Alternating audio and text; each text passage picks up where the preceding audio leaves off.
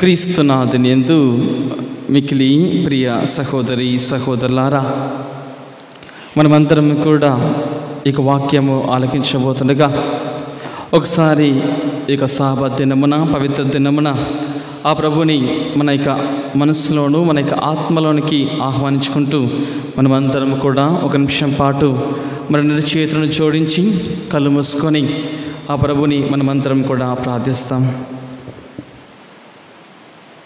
సర్వముగల జీవముగల దేవా, అనుదినము కూడా నీ యొక్క వాక్యపు వెలుగుతో మా జీవితాన్ని నడిపించినటువంటి గొప్ప దేవుడవు. మేమందరం కూడా నీ వాక్యమును ఆలకించబోతుండగా మా యొక్క హృదయములను, మా మనస్సులలో నీ వాక్యపు శక్తిని, నీ వాక్యపు అగ్నిని రగిలింపచేస్తూ మా జీవితాలలో మాకు హృదయ పరివర్తన కలిగిస్తూ నీ వాక్యం పట్ల, నీ పట్ల ఆసక్తి కలిగి జీవించేటువంటి బిడ్డలుగా మేము మార్చమని బ్రతిమాలకొనుచున్నాము. ప్రభువా, దయతో ఇక్కడ ఉన్నటువంటి ప్రతి ఒక్క బిడ్డపై నీ ఆత్మను కుమ్మరించండి, నీ జ్ఞానవరములు దయచేయండి. నన్ను నీ బూరగా వాడుకొని ఏ విధముగా అయితే ఇర్మియా ప్రవక్త ద్వారా ఇశ్రాయేలు ప్రజలకి బోధించిన విధముగా ప్రభువా, నన్ను కూడా నీ ప్రజలకు బోధించడానికి శక్తిని, బలమును చేకూర్చమని, నీకు వాక్యం అర్థం చేసుకోవడానికి నీ వివేకమును, నీ తెలివిని, నీ జ్ఞానమును దయచేయమని సకల పునీతుల ప్రార్థనా సహాయము, హతసాక్షుల యొక్క మధ్యస్థ ప్రార్థనా సహాయము, అమ్మ పరిశుద్ధ మరియతల యొక్క మధ్యస్థ ప్రార్థనా సహాయము కోరుతూ దేవర ప్రసాదము చేత నిండిన మరియమ్మ వందనము.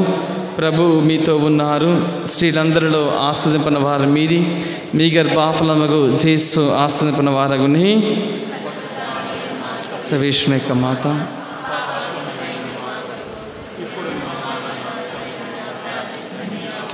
జేసునాథుని యొక్క మిక్కిలి పరిశుద్ధ హృదయమా, జేసునాథుని యొక్క మిక్కిలి పరిశుద్ధ హృదయమా, జేసునాథుని యొక్క మిక్కిలి పరిశుద్ధ హృదయమా. మనమంతరము కూడా మనకి రెండు చేతులను ఆ ప్రభు వైపు చాచుతూ ఒకసారి అతిత్విక సర్వేశ్వరుని మనస్సారా ఆరాధించుదాము. తండ్రి వందనం, తండ్రి స్తోత్రం, యేసువా వందనం, యేసువా స్తోత్రం, ఆత్మదేవా వందనం, ఆత్మదేవా స్తోత్రం, త్రియేకదేవా వందనం, త్రియేకదేవా స్తోత్రం. హల్లెలూయా, హల్లెలూయా, హల్లెలూయా, హల్లెలూయా, హల్లెలూయా. క్రీస్తునాథుని యందు మిక్కిలి ప్రియ సహోదరి సహోదరులారా, ఈనాడు మన తల్లైన శ్రీసభ 20వ సామాన్యపు ఆదివారంలోనికి అడుగు పెడుతూ ఈ యొక్క వాక్యము ద్వారా మనమందరము కూడా ఆలకించినట్లయితే యేసు ప్రభు యొక్క బోధనలో కని ఎని ఎరిగినటువంటి ఒక సన్నివేశమును మనం వింటూ ఉన్నాము. వాస్తవమునకు యేసు ప్రభువు ఈ లోకంలో జన్మించినప్పుడు దేవదూతలన్నీ కూడా అటుపక్క గొర్రెల కాపరి దగ్గరికి, అనేక మంది దగ్గరికి వెళ్ళి ఒక శుభ సమాచారమును అందించినని మనమంతరము కూడా వాక్యంలో వింటున్నాము.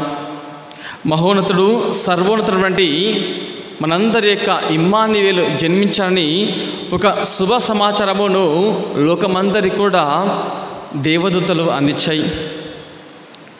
మానవుల యొక్క జీవితములో యేసు ప్రభు అంటే శాంతికాముడు, యేసు ప్రభు ఈ లోకమునకు శాంతిని తీసుకుని వచ్చిన వ్యక్తిగా మనము గ్రహిస్తాము.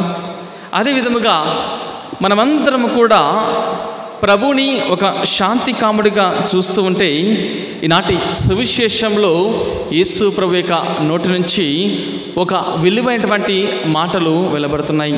అదేంటంటే, నేను ఈ లోకములకు వచ్చినది శాంతిని తీసుకోవడానికి కాదు, ఒక అగ్నిని తీసుకోవడానికి వచ్చాను, ఒక కత్తిని తీసుకొని వచ్చాను, ఒక విభజనను తీసుకొని వస్తానని యేసు ప్రభు యొక్క వాక్యములో మనం వింటున్నాము. ప్రియ సహోదరి సహోదరా, ప్రస్తుత కాలంలో ఒక వ్యక్తిని అనుసరిస్తే, ఒక వ్యక్తితో మనము సహవాసం చేస్తే ఆ వ్యక్తి ద్వారా ఎటువంటి లాభములు, ఎటువంటి సంతోషము, ఎటువంటి ఆనందము మనకి కలుగుతాయటువంటి ఒక ఆలోచన మనందరిది కూడా.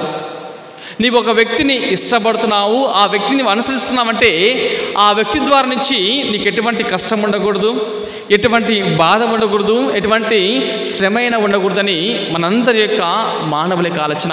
కానీ ఈ వ్యక్తిని అనుసరిస్తే, ఈ వ్యక్తి యొక్క మాటలు వింటే, ఈ వ్యక్తి యొక్క జీవిత శైలి నీవు ఆధారం చేసుకొని జీవిస్తే నీ జీవితంలో కష్టాలు, బాధలు, సమస్యలు, గొడవలు, విభజనలు ఇవన్నీ కూడా జరుగుతాయని మనమందరం కూడా వింటున్నాము.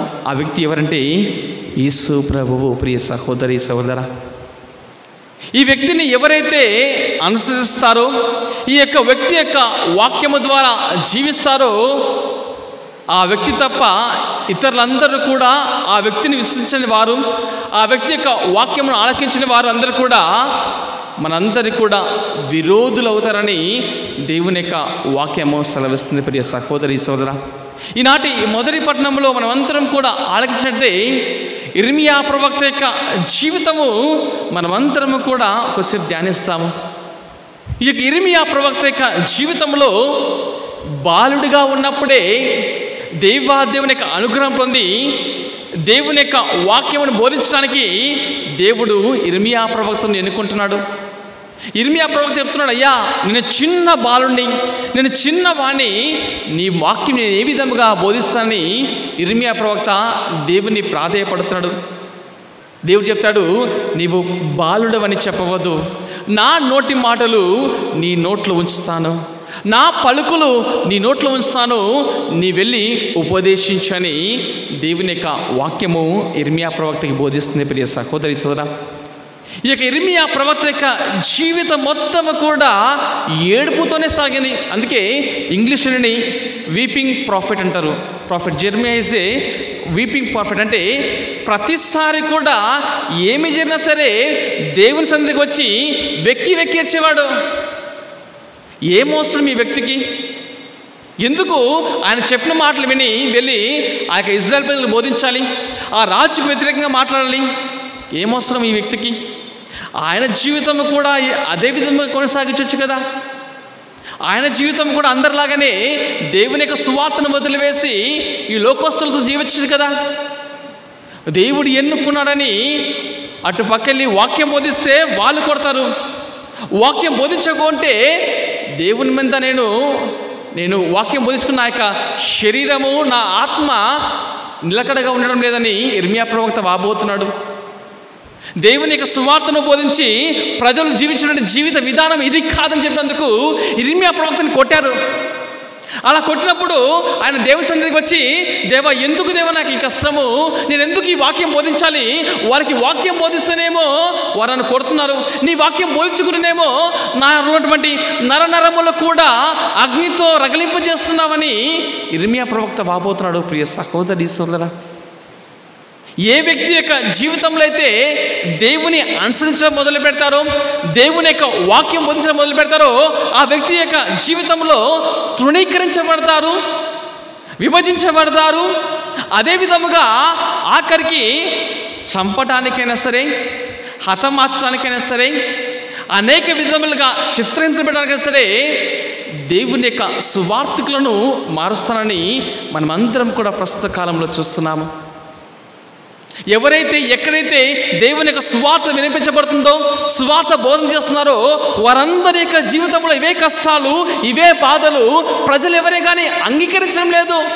ఎందుకంటే వారి యొక్క జీవితాలు తప్పుడు జీవితంలో జీవిస్తున్నారు, తప్పుడు బోధనలో వాళ్ళు వింటున్నారని ఇర్మియా ప్రవక్త తెలుసుకొని దేవుని యొక్క వాక్యం వారు ఎవరు అందిస్తే వారు దాన్ని తృణీకరించారు. వద్దనుకున్నటువంటి వ్యక్తుల గురించి మనం వింటున్నాం. ప్రియ సహోదరి సోదరా, ఎందుకు ఈ పవిత్ర గ్రంథము లిఖించబడింది? ఎందుకు ఈ పవిత్ర గ్రంథం అంతా కూడా మానవులకు అందజేస్తుంది? ఎవరికైనా తెలుసా ఎందుకు ఈ పవిత్ర గ్రంథం లిఖించబడింది? ఎందుకు రాశారు ఈ పవిత్ర గ్రంథము?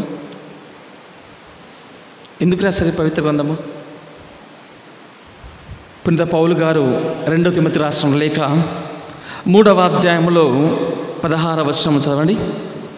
పునీత పౌలు గారు 2 తిమోతి గారు రాసిన లేఖ 3వ అధ్యాయము 16వ వచనము.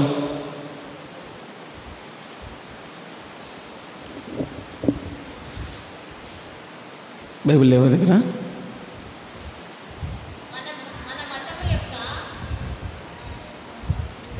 పౌలు గారు రాసినటువంటి 2 తిమోతి లేఖ 3వ అధ్యాయము 16వ వచనము. కారణము ఏమన్నా పవిత్ర గ్రంథమంతా కూడా దైవ ప్రేరణ వలనే కలిగి బోధించుటకు, దోషములను ఖండించుటకును, తప్పులను సరిదిద్దుకుంటకును, నీతి యందు నడిపించుటకు ఉపయోగపడును. దైవజనుడు ఎత్తి సత్కారమైనను చేయుటకును సంపూర్తిగా సంసిద్ధులగుటగా అది తోడ్పడును. ఎందుకే ప్రియ సహోదరి సోదర, పవిత్ర గ్రంథం లిఖించబడింది. మానవులందరూ కూడా దేవుని యొక్క ప్రేరణ వలన ఈ పవిత్ర గ్రంథం లిఖించబడింది. ఈ పవిత్ర గ్రంథము మనుషుల యొక్క జీవితాలను ఖండించడానికి, వారి యొక్క జీవితాలను సరిదిద్దడానికి ఈ పవిత్ర గ్రంథం లిఖించబడిందని మనందరికీ కూడా పునీత పౌలు గారి యొక్క లేఖ ద్వారా మనం వింటున్నాము. అందుకే ఈనాటి మొదటి పట్టణంలో కూడా ఇర్మియా ప్రవక్త రాజుకు మరియు ఇజ్రాయెల్ ప్రజలకి ఒక మాటను పలుకుతున్నారు. ఇదిగో, మీ యొక్క జీవితాలు దేవునికి ప్రీతికరంగా లేవు కనుక మీరు మార్చుకోనంటే ఇర్మియా ప్రవక్తని కొట్టి ఆయన తీసుకెళ్ళి ఎక్కడేశారు? నీళ్ళు లేనివంటి బావిలో విసిరేస్తున్నారు. ప్రియ సహోదరి సహోదర, మన ప్రస్తుత భారతదేశంలో కూడా ప్రపంచం మొత్తం కూడా జరిగినటువంటి ఇవే సంఘటనలు. ప్రపంచంలో ఎక్కడ చూసినా సరే ఎన్నో మతాలు, 100 మతాలు ఉన్నా సరే ప్రపంచం మొత్తంలో కూడా ఎవరి మీద ఎక్కువ దాడులు, ఎవరి మీద ఎక్కువ శ్రమలు, ఎవరిని ఎక్కువ హింసిస్తున్నారంటే క్రైస్తవుల మీద ఎక్కువ హింసన ఎక్కువ ఉంది. ప్రియ సహోదరి సోదరా, మీ దగ్గర గూగుల్లో ఉంటే చదవండి ఒకసారి. దాదాపుగా 2024 సంవత్సరంలో కూడా దాదాపుగా 60-70% క్రైస్తవులు ఎక్కువగా హింసించబడుతున్నటువంటి ఒక సత్యం మనం వింటున్నాము. ఎందుకంటే మనుషుల యొక్క జీవితాలు సత్యమును బోధించి మీ యొక్క జీవితాలను మార్చుకోమని బోధించమండి. ప్రతి ఒక్క సేవకుడి యొక్క జీవితము ఈ విధముగానే మారుతుంది. తృణీకరించబడుతున్నారు, కొట్టబడుతున్నారు, రాళ్లతో కుమ్మరిస్తున్నారు. ప్రియ సహోదరి సహోదర, దేవుని యొక్క సువార్తకు ఒక మనిషి తన యొక్క జీవితం అప్పగిస్తే ఖచ్చితంగా తన యొక్క జీవితంలో విభజన చూడాలి. అందుకే యేసు ప్రభు బోధించాడు, ఏ వ్యక్తి అయితే దేవుని యొక్క పరిశుద్ధాత్మతో నింపబడతారో, అగ్ని తన జీవితంలో రగిలింపజేస్తుందో ఆ వ్యక్తి యొక్క జీవితం మొత్తము కూడా దేవునికి సంబంధించినటువంటి వాక్కు ద్వారా, దేవుని యొక్క మాటల ద్వారా, దేవుని యొక్క క్రియల ద్వారా నడుస్తారు. కానీ ఈ లోకస్తుల వల్ల జీవించడు, ఈ లోకస్తుల ఆశల వల్ల జీవించడు, ఈ లోక సంబంధం ఉండదు. అందుకే ప్రతి ఒక్క వ్యక్తి కూడా దేవుని యొక్క ఆత్మతో నింపబడతారో వారి యొక్క జీవితాలు చిందరవిందరగా మారుతాయి. ప్రియ సహోదరి సహోదరులారా, అందుకే కథోలిక శ్రీసభలో ఆదివ క్రైస్తవుల యొక్క జీవితం మనం చూస్తే వారందరి యొక్క జీవితాలు మనకు ఒక మంచి ఉదాహరణగా మారుతాయి. ఏ వ్యక్తి అయితే దేవుని కోసము శ్రమలు, బాధలు, కష్టములు అవన్నీ కూడా చవి చూస్తారో వారు దేవుని యొక్క సమక్షమున మహా ఆనందపడతారు. ప్రియ సహోదరి సోదరులారా, ఇర్మియా ప్రవక్త ప్రతిరోజు కూడా దేవుని యొక్క సన్నిధిలో వచ్చి ప్రాధేయపడేవాడు, ఏడ్చేవాడు. దేవా, నాకెందుకు ఈ కష్టము? వారి యొక్క జీవితాలు జీవిస్తాను కదా, నా జీవితం నేను జీవిస్తాననేటువంటి ఒక ఆలోచన ఉన్నటువంటి వ్యక్తి ఇర్మియా ప్రవక్త. అందుకే దేవుని యొక్క వాక్యం बहुत చక్కగా సెలవిస్తుంది. మత్తయి శుభవార్త 5వ అధ్యాయము 11-12 వచనంలో దేవుని యొక్క వాక్యం बहुत చక్కగా సెలవిస్తుంది. ఏ వ్యక్తి అయితే దేవుని యొక్క వాక్యం బోధిస్తారో వారు తృణీకరించబడతారు, వ్యతిరేకించబడతారని మనకి వాక్యం సెలవిస్తుంది. నా నిమిత్తము ప్రజలు మిమ్ము అవమానించినప్పుడు, హింసించినప్పుడు, నిందారోపణలు కావించినప్పుడు మీరు ధన్యులు. చూసారా, దేవుని యొక్క నిమిత్తము ఎవరైతే హింసలు భరిస్తారో, కష్టాలు పడతారో, అవమాన పాలవుతారో వారందరూ కూడా తండ్రిలే. ప్రియ సహోదరి సోదరా, కథోలిక శ్రీ సభలో ఎంతోమంది గురువులు, ఎంతోమంది అమ్మగారులు వారి యొక్క జీవితాల్లో ఎన్నో హింసలు సవి చేశారు. దాదాపుగా పోయిన నెల కూడా మనం అనేకమైనటువంటి వాక్యములు విన్నాము. ఒడిశా ప్రాంతంలో ఒక ఫాదర్ని, 3 అమ్మగారిని, ఒక క్యాటగిస్ట్ని కొట్టిన సంఘటనలు మనం విన్నాము. 2 అమ్మగారులు మత బోధన చేస్తున్నారు, వారిని బలవంతముగా మత మార్పిడి చేస్తున్నారని 2 అమ్మగారిని హింస పాలు చేస్తూ చెరసాలలో పెట్టినటువంటి సంఘటనలు మనం వింటున్నాం. ప్రియ సహోదరి సరా, ఇవన్నీ కూడా చూస్తున్నాం మన కన్నులారా. ఎందుకంటే దేవుని యొక్క పరిశుద్ధాత్మ దేవుని యొక్క ప్రవక్తలలోను, దేవుని యొక్క సేవకులోను అది రగలింపజేస్తుంది. ఎన్ని కష్టాలు, ఎన్ని బాధలు, ఎన్ని చిత్రహింసలు పొందినా సరే దేవుని యొక్క వాక్యం మాత్రము ఆగదు. ఎందుకంటే అది ఒక రగులుచున్నటువంటి మంట. ఆ మంటను ఎవరే కానీ ఆర్పలేరు. నీవు నూనె పోసా సరే, ఏమి పోసా సరే ఆ మంట మాత్రము ఆగదు. ప్రియ సహోదరి సహోదరా, ఆదిమ క్రైస్తవులైనటువంటి అపోస్తులైనటువంటి యేసు ప్రభు మరణ తర్వాత అపోస్తులు అనేకమంది శ్రమలు పొందారు. పేతురును, పౌలును వ్యక్తిగతముగా సభలోకి పిలిపించి, మీరు దేవుని యొక్క వాక్యమును ప్రకటిస్తే మీ హంతు చూస్తాము, మేము జీవింపజేయమని పలికినటువంటి మాటల ద్వారా వారిని భయపెట్టారు. కానీ పేతురు, యోహాను పలికినటువంటి ఒక మంచి మాట మనం విందాము. అపోస్తుల కార్యములు 5వ అధ్యాయము 40వ వచనం చదవండమ్మా. అపోస్తుల కార్యములు 5వ అధ్యాయము 40వ వచనము. పిమ్మట వారు అపోస్తులోనికి పిలిపించి కొరడాత కొట్టించి మరలా యేసు పేరిట బోధింపరని ఆజ్ఞాపించి వదిలిపెట్టిరి.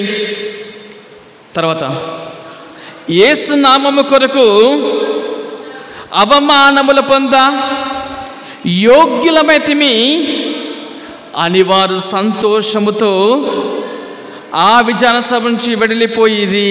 చూసారా, వారు బాధపడలేదు కొట్టారని. కొరడా దెబ్బలు తిన్నామే కదా, మళ్ళీ వారు ధిక్కరిస్తారని అపోస్తులు బాగలేదు.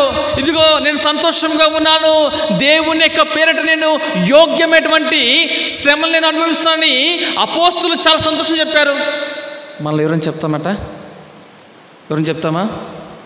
ఎంతమంది చూడండి, మణిపూర్ ప్రాంతంలో, కండమాల్ ప్రాంతంలో ఎంతోమంది క్రైస్తవులని చిత్రహింసలు పెడుతూ, కొడుతూ, బట్టలు విపదేసి వ్యభిచారము చేస్తూ వారిని మానసిక హింసించినటువంటి ఎన్ని పుస్తకములు, ఎన్ని మనం వినలేదు. వారందరూ కూడా హతసాక్షులు నిలిపారు. వారి యొక్క జీవితం మనందరూ కూడా ఆదర్శం నిలుస్తుంది. ఎందుకంటే సత్యమైనటువంటి దేవుని ఆరాధించిన వారికి ఎంతోమంది విరోధులు ఉంటారు. సత్యమునకు అనేకమైన విరోధులు జీవిస్తారు. ప్రియ సహోదరి సహోదరా, సత్యమునకు మాత్రమే విరుద్ధులు ఉంటారు, కానీ అసత్యం మాత్రం కాదు. అందుకే ఒక మంచి సామెత ఏంటిది? మంచి పండుకే ఎక్కువ రాళ్ళు తగ్గుతాయి. అవునా కదా? పుచ్చిపోయిన పండు ఎవరైనా తీసుకుంటారా? రాళ్ళు ఎత్తారు ఎవరన్నా? ఒక పండు మంచి కనపడితే ఆ పండుకే ఎక్కువ రాళ్ళు విసురుతారు. అవునా కదా? 10 మంది ఒక మంచి చెడు చూసినాకో ఆ 10 మంది కూడా దాని మీద రాసులుతారు. అదే కథోలిక శ్రీ సభ, అదే క్రీస్తు సంఘము. ఎందుకంటే ఈ సంఘము నిజాయితీ, నీతితో జీవిస్తుంది. సత్య బోధన ఆలకించి ఆ సత్య దేవుణ్ణే ఆరాధిస్తుంది. కనుక ఈ కథోలిక శ్రీ సభ మీదనే, ఈ క్రైస్తవుల మీదనే ఎక్కువ దాడులు. ప్రియ సహోదరి సహోదర, మన మీద దారి చేసినప్పుడు సంతోషపడాలి, ఆనందం పొందాలి. దేవుని యొక్క శ్రమలో పాలు పంచుకున్నామని మనమంతా కూడా సంతోషపడాలి. అదే దేవుని యొక్క సువార్త కూడా నాటి బోధించింది. నాటి సువిశేషం కూడా మనం విన్నాము. దేవుని యొక్క జ్ఞానము శ్రమతో నింపబడినటువంటిని మనమందరం కూడా ఆలకిస్తాం. ప్రియ సహోదరి సోదర, అనేకమైనటువంటి ఆదిమ క్రైస్తవుల యొక్క జీవితం మనకు ఆదర్శము. పునీత పౌలు గారు చక్కగా బోధిస్తారు తన యొక్క లేఖలలో. 2వ కొరింథీ రాసిన లేఖ చదవండి. పునీత పౌలు గారు 2వ కొరింథీ రాసిన లేఖ 11వ అధ్యాయము 23వ వచనం చదవండి. పౌలు గారు రాసినటువంటి 2వ కొరింథీ లేఖ. వారు అమ్మా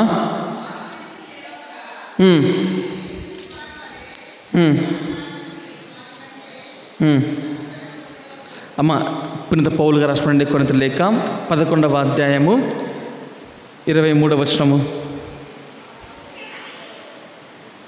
కొరింథీయులకు రాసినటువంటి లేఖ 11వ అధ్యాయము 23వ వచనము.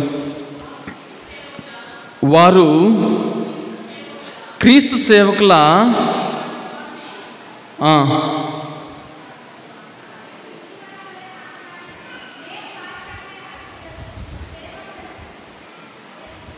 చదవండి అమ్మా, వినపడలేదు మీరు చదివి, నాకు నేను చదువుతానండి. వారు క్రీస్తు సేవకుల నేను పిచ్చివాని వలె మాట్లాడని వారికంటే అధిక సేవకులను మాట్లాడుచున్నాను. వారికంటే కష్టపడి పనిచేస్తుంది, వారికంటే ఎక్కువ మార్లు నేను చెమటొచ్చుతుని, ఎక్కువ మార్లు కొరడాల దెబ్బలు తింటిని, ఎక్కువ మారు మృత్యుముఖమును చూచితిని. 5 మార్లు యూదుల వలన 30 కొరడా దెబ్బలను పొందితిని. 3 మార్లు బెత్తముతో దెబ్బలు తింటిని, 1 మారు రాళ్లతో కొట్టబడితిని. 3 మార్లు ఓడ పలిగిన ప్రమాదముతో చిక్కునింటిని. 1 మారు రాత్రి పగల నీటిని గడించితిని. పెక్కుమారు ప్రయాణంలో నేను వరద బాధితులుగా దొంగల వలన ఆపదలోకి తోడి యూదులను అన్యులను కలిగించి అపాయములకు గురైతేని అని పునీత పౌలు గారు తన యొక్క జీవితంలో ఉన్నటువంటి శ్రమలన్నీ కూడా చాలా చక్కగా వివరిస్తున్నారు. అంటే ప్రతి ఒక్క సేవకుడు, దేవుని యొక్క సువార్తను బోధించమని ప్రతి ఒక్క వ్యక్తి కూడా విరోధులు ఉండేది చాలా సహజము. ఎందుకంటే దేవుని యొక్క సువార్త ద్వారా ఎక్కడైతే విస్తరించబడుతుందో అక్కడందరూ కూడా ఎంతోమంది విరోధులు ఉంటారు. ప్రియ సహోదరి సోదరా, విరోధులు లేకుండా దేవుని యొక్క సువార్త ముందు కొనసాగదు. అందుకే పౌలు గారి యొక్క జీవితంలో ఆయన జీవితకాలం అంతా కూడా ఎంతో సంతోషంగా ఉన్నారు. అపోస్తుల యొక్క జీవితము, వారందరూ కూడా క్రీస్తు ప్రభుని అనుసరించేంత వరకు వారి జీవితాలు సంతోషంగా ఉన్నాయి. ఎప్పుడైతే దేవుని అనుసరించడం మొదలుపెట్టారో వారికి విరోధులు మొదలయ్యారు. పౌలు గారు కూడా సౌలుగా ఉన్నప్పుడు, క్రైస్తవం అనుసరించినప్పుడు ఆయనకు ఎటువంటి శ్రమలు లేవు, ఎటువంటి బాధలు లేవు. కానీ ఎప్పుడైతే దేవుని యొక్క ఆత్మాభిషేకం వలన ఆయన పౌలుగా మారాడో ఆ సమయం నుంచి ఆయనకు విరోధులు ఎక్కువైపోయారు, హింసలు ఎక్కువైపోయారు. ప్రియ సహోదరి సోదరా, మరి మన జీవితంలో కూడా ప్రస్తుత క్రైస్తవుల యొక్క జీవితంలో కూడా ఎవరైతే దేవుని పై ఆధారపడి దేవుని అనుసరిస్తున్నారో వారి యొక్క జీవితంలో విరోధం అనేది ఖచ్చితంగా ఉంటుంది. విరోధులంటూ చాలామంది ఉంటారు. ప్రియ సహోదరి సోదరా, మనం అందరం కూడా చూసుకుంటే పునీతుల యొక్క జీవితాలు మనం ఒకసారి తిలకిస్తే హతసాక్షులుగా మారారు. వారి యొక్క జీవితాలను దేవునికి సమర్పించుకుంటూ మరణమును కూడా చవించినటువంటి అనేకమైనటువంటి పునీతులు మనకు తెలుసు. ఈజిప్ట్ క్రైస్తవులు ఫిబ్రవరి 15వ తేదీన 2015వ సంవత్సరమున 21 మంది క్రైస్తవులు వారి యొక్క పీకలను తెగోసారు ఇస్లాం సహోదరులు. అటువంటి సమయంలో కూడా మరణించినటువంటి వ్యక్తుల యొక్క భార్యల యొక్క మాటలు వింటే మన యొక్క హృదయంలో కంపించిపోతాయి.